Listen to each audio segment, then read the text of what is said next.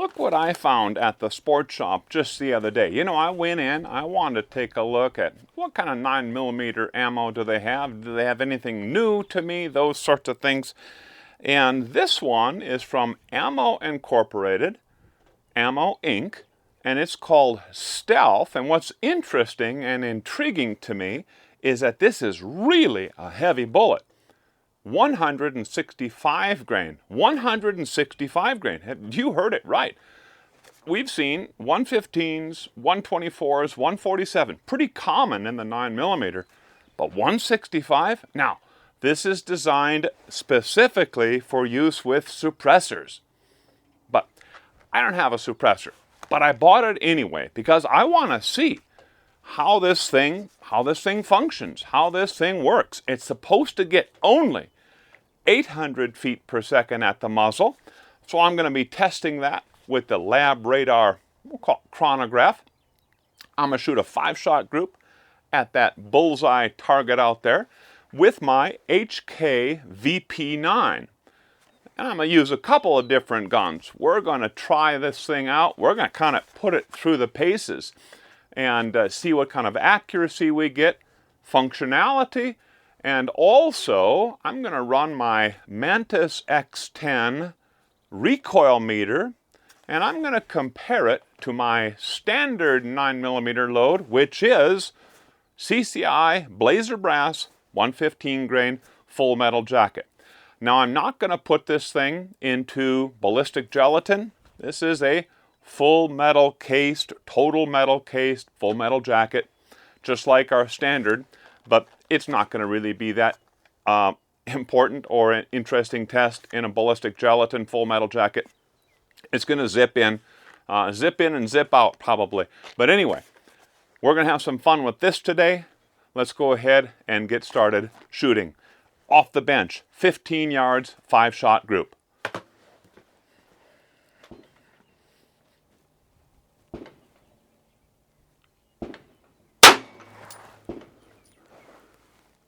.786.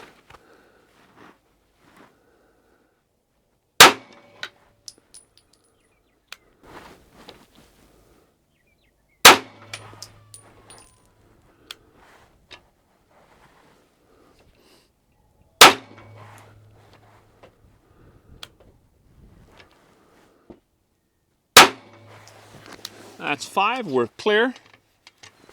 Let's go take a look at how it did. We'll start with this.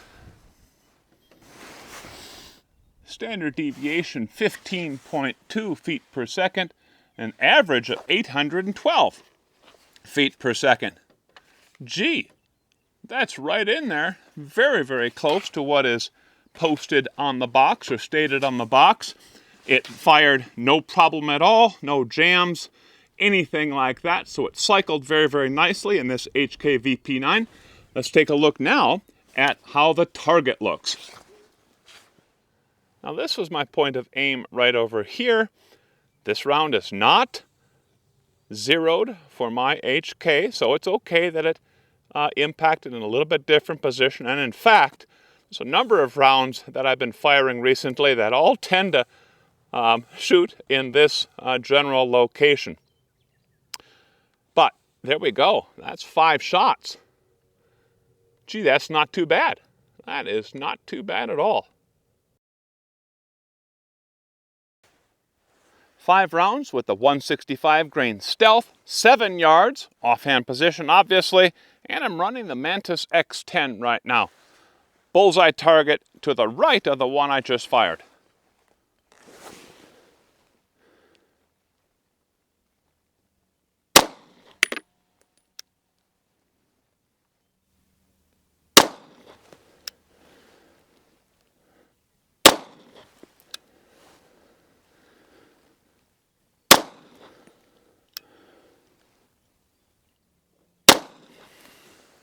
Average recovery time, almost a full second, 0.83. That's not too bad though.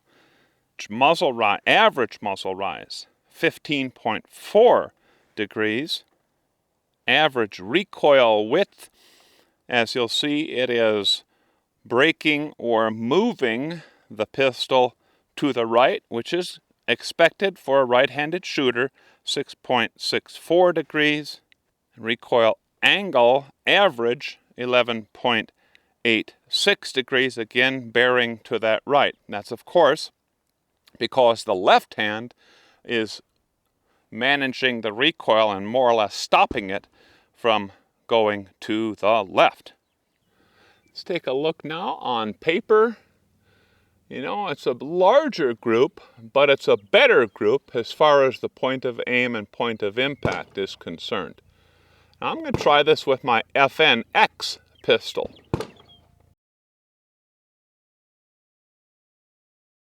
This is my FNX 9mm.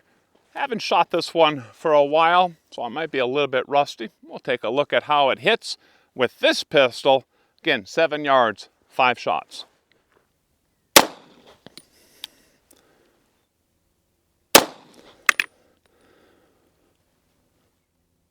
Oof, I think I pulled that one down.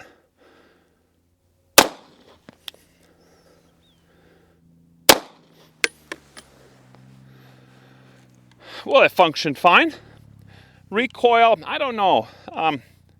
Maybe a little bit of snappiness to it. 165 grain bullet, a little bit heavy, but it is moving slowly.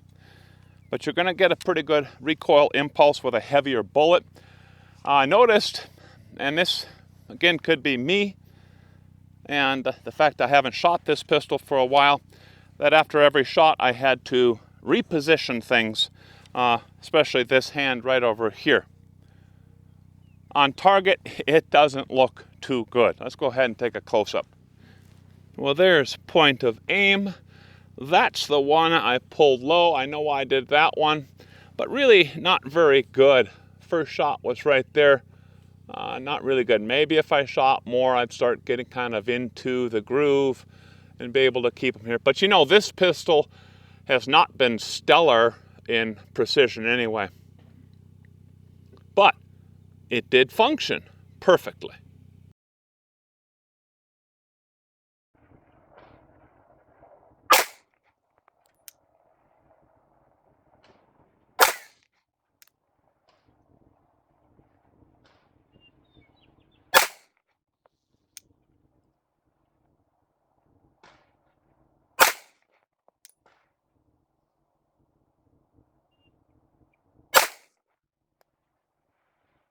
There we go. Again, point of aim.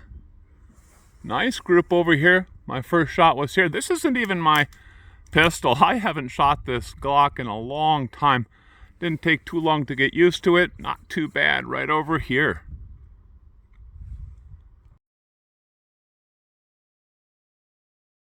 These 165 grain stealth ammo, you know, that showed pretty good precision, but not as good as some of the other bullets that I have used in my HK VP9. Specifically, one example is the Novex 65 grain bullet, which resulted in a 3/4 inch group, 0.765 shot group. Same thing, 15 yards away. The consistency of this bullet is certainly acceptable. 15 feet per second standard deviation, and whenever we get in the teens and can stay in the teens with factory ammo, that's just fine by me. Sometimes we do a whole lot better. Some of the Barnes stuff I've shot down there in the single digits, but this is still very acceptable. Now, the offhand shooting was kind of interesting.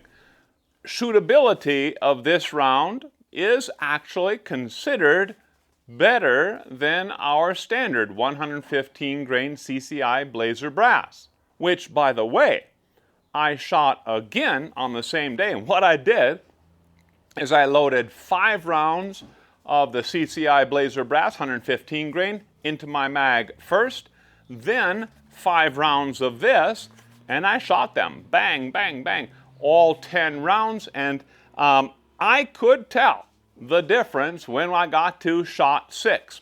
This seemed to be more shootable, didn't have as much muzzle climb and so on and so forth. So the MantisX did a pretty nice job of that indication there. Now I note, and perhaps you noticed this also, when I was shooting this with both the HK VP9 and the FNX, considered a subcompact definitely, I had to readjust my grip. You may have noticed that after each shot. Now some of that is on me. Right? I don't shoot handguns that much, and so maybe a little bit more practice, I could master that just a little bit better. But did you notice that did not happen when I shot it from a full-size handgun, namely the Glock 17? And so that is an interesting thing to remember or to think about when you're choosing your pistol for everyday carry and so on and so forth. Certainly, I'm diverging just a little bit here, so let's get it right back on track and wrap this up. I should note, and this is important, that the Stealth ammo performed absolutely perfectly. No jams, no stovepipes, nothing like that. It worked very, very well in all of those pistols that I shot it in. But I will say, I do not consider this a viable option for self-defense or everyday carry. It's a full metal jacket, total metal coated jacket bullet. I bet it would be fun to shoot this with a suppressor, but I don't have one, and it's still a pretty fun round to fire. So, you have some questions, ideas, comments? Go ahead and post those in the comment section below. And thank you for watching.